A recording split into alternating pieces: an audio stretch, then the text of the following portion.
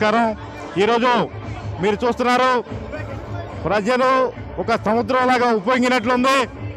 ఈరోజు మండలి బుద్ధప్రసాద్ గారు జనసేన తరఫున గాజు గ్లాస్ గుర్తుపై పోటీ చేస్తున్నారు. ఈ సందర్భంగా ఈ నామినేషన్ కార్యక్రమానికి వేలాదిగా జనం తరలి వచ్చారు. ఈ జనాలను చూస్తే మనం చెప్పవచ్చు ఆయన విజయం ఖాయమని. ఎట్టి పరిస్థితుల్లో బుద్ధప్రసాద్ గారిని అలాగే ఎంపీగా బాలశౌరి గారిని గెలిపించుకుంటామని ప్రజలు నిరూపిస్తున్నారు. దీని ప్రభావం మామూలుగా ఉండదు. రాబోయే రోజుల్లో ఈ ప్రభుత్వాన్ని మరి పక్కకు తోసేసి జనసేన టీడీపీ బీజేపీ ప్రభుత్వాన్ని ఎన్డీఏ కూటమిని సాధిస్తామని చెప్పి తెలియజేస్తూ ముగిస్తున్నాను. గౌరవనీయులు మన మాజీ ఉపసభాపతి గౌరవనీయులు మండల బుద్ధప్రసాద్ గారు ఈరోజు నామినేషన్ కార్యక్రమం ఏర్పాటు చేయడం జరిగింది. ముఖ్యంగా ఈ రోజున జనసమూహం మామూలుగా లేదు. కూటమి, తెలుగుదేశం, బీజేపీ, జనసేన అభ్యర్థిగా ఈరోజు బుద్ధప్రసాద్ గారు ఇవాళ నామినేషన్ చేయడానికి బయలుదేరిన జనసమూహం విపరీతంగా జనాలు రావటమే కాకుండా ఖచ్చితంగా గెలుపు ఖాయమని చెప్పేసి మనకి ఈ అవనగడ్డ నియోజకవర్గం మళ్ళీ కొత్తగా అభివృద్ధి అనేది ముందుకు వస్తుందని చెప్పేసి నేను సభాముఖంగా మనవి చేసుకుంటున్నాను. రేపు రాబోయే రోజుల్లో మన బుద్ధప్రసాద్ గారి గెలుపు ఖాయం. అలాగే మచిలీపట్నం పార్లమెంటు సభ్యులు మన వల్లభనేని బాలశౌరి గారు కూడా ఎంపీగా భారీ మెజార్టీతో గెలుస్తారని చెప్పేసి నేను సభాముఖంగా మనవి చేసుకున్నాను. రాబోయే రోజులందరూ కూడా మంచి అభివృద్ధి బాటలు అవనగడ్డ నియోజకవర్గం, మచిలీపట్నం పార్లమెంటు కూడా మంచి అభివృద్ధిలోకి వచ్చిందని చెప్పేసి నేను అనుకుంటున్నాను. ఖచ్చితంగా ఈ తెలుగుదేశం పార్టీ కళాకారుల పార్టీ, తెలుగుదేశం పార్టీ కళాకారులకు అన్నం పెట్టే పార్టీ. ఆ రోజు నందమూరి తారక రామారావు గారు పెట్టిన భిక్ష ఈ కళాకారులందరూ కూడా రేపు రాబోయే రోజుల్లో మంచి అభివృద్ధిలోకి తీసుకొస్తారని బుద్ధప్రసాద్ గారి మీద మాకు నమ్మకం ఉంది. అలాగే బాలశౌరి గారు కూడా భారీ మెజార్టీతో గెలుపొంది మన ఖచ్చితంగా మనం ముందడుగులో ఉంటామని చెప్పేసి రేపు రాబోయే రోజుల్లో 4వ తారీఖున ఖచ్చితంగా ప్రమాణ స్వీకారం చేసి మన బుద్ధప్రసాద్ గారిని మినిస్టర్గా చూస్తామని చెప్పేసి నేను సభాముఖం మనం ఈరోజు టీడీపీ, జనసేన, బీజేపీ కూటమి ఉమ్మడి అభ్యర్థి అయినటువంటి మండల బుద్ధప్రసాద్ గారు అవనగడ్డ నియోజకవర్గంలో నామినేషన్ దాఖలు చేస్తున్నారు. ఇదంతా ఒక పండుగ వాతావరణంలో కోలాహలంగా జరుగుతుంది. ఈరోజు రాష్ట్రంలో వచ్చినటువంటి ప్రజల్లో మార్పు సంకేతం ఈరోజు ఈ నామినేషన్ కార్యక్రమం. ఎందుకంటే ఒక రాక్షస పరిపాలన 5 సంవత్సరాలు ఏ విధంగా ఈ దుర్మార్గుడు పేద ప్రజల్ని, అన్ని వర్గాలని ఏ విధంగా హింసపెట్టాడు, వాళ్ళందరికీ చమరగీతం పాడటానికి ఈరోజు సంకేతం, మార్పు సంకేతం ఇది. మండల బుద్ధప్రసాద్ గారు ఈరోజు నియోజకవర్గంలో అత్యధిక మెజార్టీతో గెలిచి అసెంబ్లీకి పంపించి అటు పవన్ కళ్యాణ్ గారికి, అటు చంద్రబాబు నాయుడు గారికి గిఫ్ట్గా పంపిస్తామని మా అవనగడ్డ నియోజకవర్గ ప్రజల తరఫున చేస్తున్నాం. అదేవిధంగా ఈ నియోజకవర్గాన్ని తీసుకుంటే గత 5 సంవత్సరాల నుంచి ఒక అభివృద్ధి కార్యక్రమం కూడా రమేష్ గారు చేయలేదు. అభివృద్ధి చేయలేదు. ఓన్లీ సంక్షేమం ఇచ్చామని చెప్పి 10,000, 5,000 ఇచ్చి పేదవాడి రక్తం దాగినటువంటి ప్రభుత్వం ఇది. 9 సార్లు కరెంట్ ఛార్జీలు పెంచి, 5 సంవత్సరాలు ఆర్టీసీ ఛార్జీలు పెంచి చెత్త పన్ను వేసిన చెత్త ప్రభుత్వం అన్నమాట ఇది. ఈ ప్రభుత్వాన్ని దించడానికి మా అవనగడ్డ నియోజక ప్రజలందరూ కూడా సిద్ధంగా ఉన్నారని చెప్పి ఈ సందర్భంగా తెలియజేసుకుంది. తరలి వచ్చి బుద్ధప్రసాద్ గారు నామినేషన్కి వాళ్ళు హాజరవడం జరిగింది. జనసేన, తెలుగుదేశం, బీజేపీ శ్రేణులు అందరూ కూడా ముక్తకంఠంతో ఈ విజయానికి అందరూ తోడ్పడాలని చెప్పని కోరుకోవడం బుద్ధప్రసాద్ గారు ఆయన కోరిక మేరకు అందరూ వేలాది మంది తరలి వచ్చి ఈరోజు ఈ నామినేషన్ ప్రక్రియ జరుగుతుంది. అలాగే బాలశౌరి గారు కూడా ఆల్రెడీ రావడం జరిగింది. ఈరోజు ఈ అభివృద్ధి ప్రదాతలు ఇద్దరూ కూడా కలిసి ఇక్కడ పోటీ చేయడం ఎంతో హర్షణీయం అని చెప్పి జనమందరూ వ్యక్తం చేస్తున్నారు. ఖచ్చితంగా 50,000 మెజార్టీతో గెలుస్తారని బుద్ధప్రసాద్ గారు ధీమా వ్యక్తం చేస్తున్నారు. శ్రీ మండలి బుద్ధప్రసాద్ గారు అవనగడ్డలో ఎంఆర్ఓ ఆఫీసులో నామినేషన్ దాఖలు చేస్తున్నారు. అందు సందర్భంగా నియోజకవర్గంలో 6 మండలాల నుంచి కూడా ఇప్పటికే జనసేన శ్రేణులు, బీజేపీ శ్రేణులు, తెలుగుదేశం పార్టీ శ్రేణులు అందరూ కూడా అవనగడ్డకు చేరుకుని ఉన్నారు. అవనగడ్డ అంతా కూడా కోలాహలంగా ఉంది. ఇప్పుడే విజయం కళ్ళ ముందు కనిపిస్తూ ఉంది. ఇప్పటికే విజయం అనేది పక్కాగా కన్ఫర్మ్ అయి ఉంది. అసెంబ్లీ అభ్యర్థి కావచ్చు, పార్లమెంట్ అభ్యర్థి బాలశౌరి గారు కావచ్చు, ఇద్దరికీ కూడా విజయం అనేది కన్ఫర్మ్ అయి ఉంది. ఇంకా చూసుకోవాల్సింది మెజార్టీ మాత్రమే అని జన సైనికులందరూ కూడా భావిస్తూ ఉన్నారు. అవనగడ్డలో ఇప్పటి వరకు ఉన్నటువంటి వైసీపీ ప్రభుత్వం చేసిన అరాచకాలకు వ్యతిరేకంగా ఈ మధ్యకాలం నుంచి గ్రామాల కూడా వైసీపీ కార్యకర్తలు తుడిచిపెట్టుకుపోయే ప్రతి ఒక్కళ్ళు కూడా జనసేన పార్టీలో జాయిన్ అవడమే ఇందుకు ఉదాహరణగా చెప్పవచ్చు. అవనగడ్డలో పిఠాపురంలో రాష్ట్రంలో మొట్టమొదటి హైయెస్ట్ మెజార్టీ కాగా 2వ మెజార్టీ అవనగడ్డ నుంచే తీసుకురావడానికి సిద్ధంగా ఉన్నామని జన సైనికులందరి తరఫున తెలియజేస్తా ఉన్నామండి. బాలశౌరి గారు అంటేనే నియోజకవర్గ దివిసీఎం ప్రజలందరికీ కూడా ఆరాధ్య దైవం. ఆయన 2004 నుంచి కూడా రొయ్యల చెరువులు ఏవైతే పూడ్చుకోలేని పరిస్థితుల్లో ఆక్వా రైతులు ఉంటే వారందరికీ అండగా ఉండి వారందరి తరఫున రొయ్యల చెరువులు పూడ్చినప్పటి నుంచి కూడా బాలశౌరి గారు దివిసీమ ప్రజలందరికీ కూడా ఆరాధ్య దైవంగా ఉన్నారు. ఈ రోజు బీసీ సామాజిక వర్గం నుంచి ఎస్సీ సామాజిక వర్గం నుంచి ప్రతి ఒక్కరూ కూడా బాలశౌరి గారి యొక్క నాయకత్వాన్ని బలపరుస్తూ ఈ జాయిన్ అవుతా ఉన్నారు పార్టీలో. ఆయనకి 2 లక్షల మెజార్టీ తక్కువ రాదని కూడా ఈ సందర్భంగా తెలియజేస్తా ఉన్నాం. అందరికీ నమస్కారం. ఈరోజు ఎన్డీఏ బలపరిచినటువంటి జనసేన పార్టీ అభ్యర్థి మండల బుద్ధప్రసాద్ గారు అవనిగడ్డలో నామినేషన్ కార్యక్రమం అంగరంగ వైభవంగా వేలాది మంది కార్యకర్తలతో, జనసేన, తెలుగుదేశం, బీజేపీ కార్యకర్తలతో ఇక్కడ జరుగుతుంది.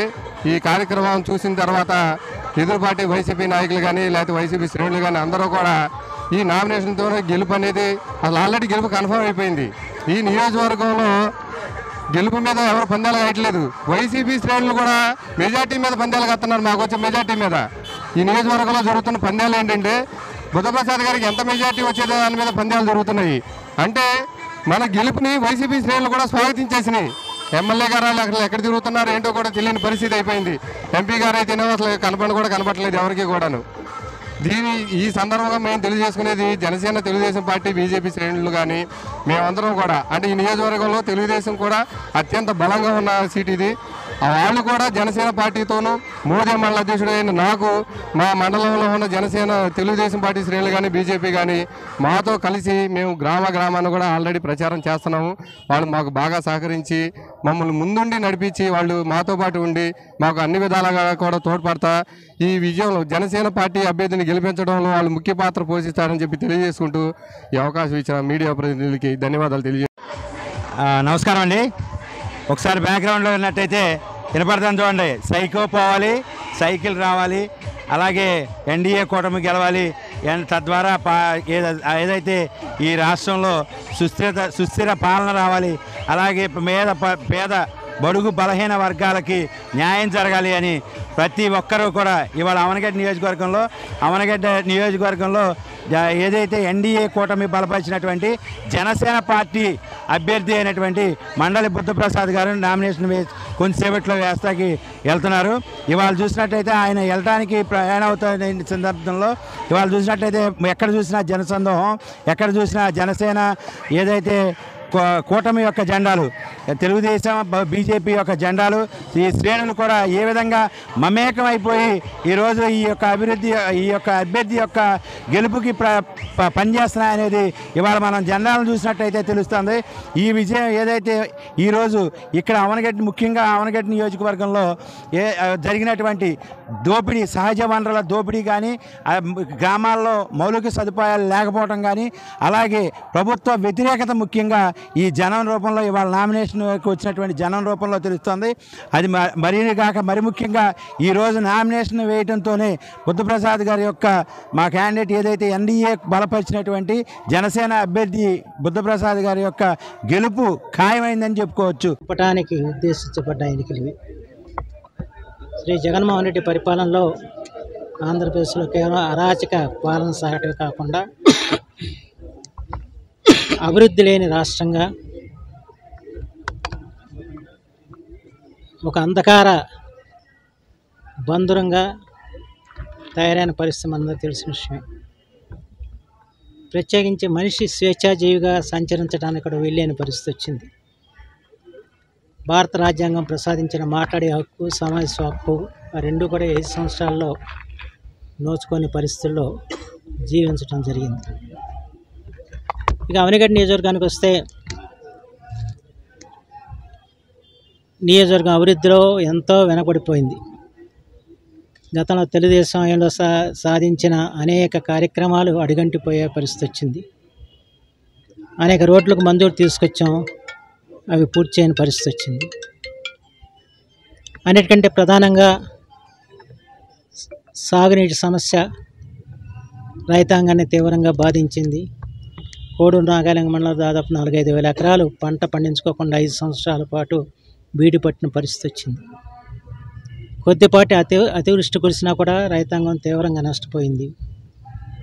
దానికి కారణం మురుగునీటి కాలువలు మరామత్తు చేయకపోవటం, మరామత్తు చేసినట్టుగా కాగితాల్లో చూపించి డబ్బులు తినివేయటం.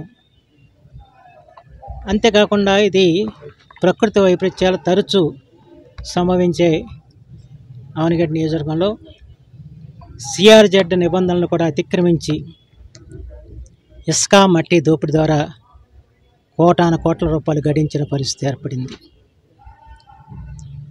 అవనిగడ్డ నియోజకవర్గ చరిత్రలో ఇంత అవినీతి ఏనాడు కూడా జరగలేదు. నేను 3 సార్లు ఇక్కడ నేను శాసనసభ్యుడిగా పనిచేశాను.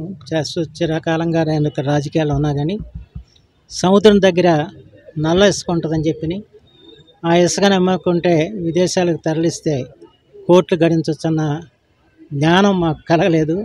ఆ జ్ఞానం స్థానిక శాసనసభ్యుడికి కలిగి అది కూడా ఆ ఇసుక కూడా ఎగుమతి చేసేసి కోట్లు గడించిన పరిస్థితి వచ్చింది. ఇక అన్ని రంగాలు కూడా అడగంటిపోయిన పరిస్థితి వచ్చింది. ప్రత్యేకించి భారత ప్రభుత్వ రక్షణ శాఖ డిఆర్డిఏ ద్వారా గుళ్ళ మొదలు 30,000 కోట్ల రూపాయలతో క్షిపణి ప్రయోగ కేంద్రాన్ని మంజూరు చేయడం జరిగింది. గత ప్రభుత్వాల హయాంలోనే దానికి కావలసిన భూమిని ఇవ్వటం జరిగింది. కేంద్ర ప్రభుత్వం అన్ని అనుమతులను మంజూరు చేసి పనులు కూడా ప్రారంభించి ప్రహరీ ఇవి నిర్మాణం చేయడం జరిగింది. కానీ రాష్ట్ర ప్రభుత్వం సహకరించకపోవడంతో కేంద్ర ప్రభుత్వం 30,000 కోట్ల రూపాయల నిధుల్ని మంజూరు చేయక ఆ కార్యక్రమాన్ని నిలుపుదల చేసిన పరిస్థితి వచ్చింది.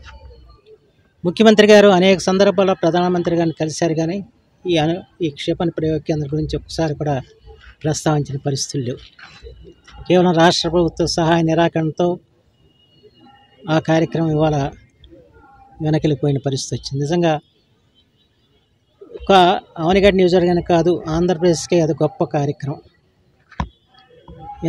ఎన్నో వందల మందికి ఉద్యోగ అవకాశాలు కలిగేవి. తర్వాత మౌలిక సదుపాయాలు అవనిగడ్డ నియోజకవర్గంలో రహదారులు కానివ్వండి, వంతెనలు కానివ్వండి వాళ్ళే నిర్మించేవాళ్ళు. దానికి తగిన ప్రణాళిక అంతా కూడా వాళ్ళు తయారు చేసుకోవడం జరిగింది. అలాంటి గొప్ప ప్రాజెక్ట్ ఇవాళ ఈ 5 సంవత్సరాల్లోనూ అది నిలుపుదల చేయబడతాం చాలా బాధాకరమైన విషయం. అంచేత కూటమి ప్రభుత్వం రాగానే దాని మీద దృష్టి సారించి కేంద్ర ప్రభుత్వాన్ని ఒప్పించి నిధులు తీసుకొచ్చి ఆ క్షిపణి ప్రయోగ కేంద్రాన్ని మళ్ళా ప్రారంభింపజేసి దాని ద్వారా ఈ ప్రాంత అభివృద్ధికి, ప్రత్యేకించి ఈ ప్రాంత ప్రజలకి ఉద్యోగ అవకాశాలు కల్పించడానికి, ఈ ప్రాంతంలో చిన్న చిన్న పరిశ్రమలు రావడానికి దోహదపడతామని చెప్పి సందర్భం మనం చేస్తూ ఈ రోజున పవన్ కళ్యాణ్ గారు జనసేన పార్టీ తరఫున, చంద్రబాబు గారు తెలుగుదేశం పార్టీ తరఫున ఒకటే చెప్పారు, ప్రతి చేతికి పని, ప్రతి చేనుకు నీరు అని చెప్పి. ఆ వారి ఆశయాన్ని సాధించడానికి అవనిగడ్డ నియోజకవర్గంలో ప్రతి చేనుకు నీరు అంది రైతులు బాగుపడటానికి, అలాగే నిరుద్యోగ యువకులకి చేతికి పని కల్పించి వాళ్ళకి భవిష్యత్తుని అందించడానికి ప్రయత్నం చేస్తా అని చెప్పి మనం చేస్తూ అవనిగడ్డ నియోజకవర్గ ప్రజలు ఆశీర్వదించి సహాయ సహకారాలు అందించి గాజు గ్లాస్ గుర్తు మీద ఓటేసి విజయాన్ని కలిగించాలని చెప్పి నేను మనస్ఫూర్తిగా కోరుకుంటున్నాను.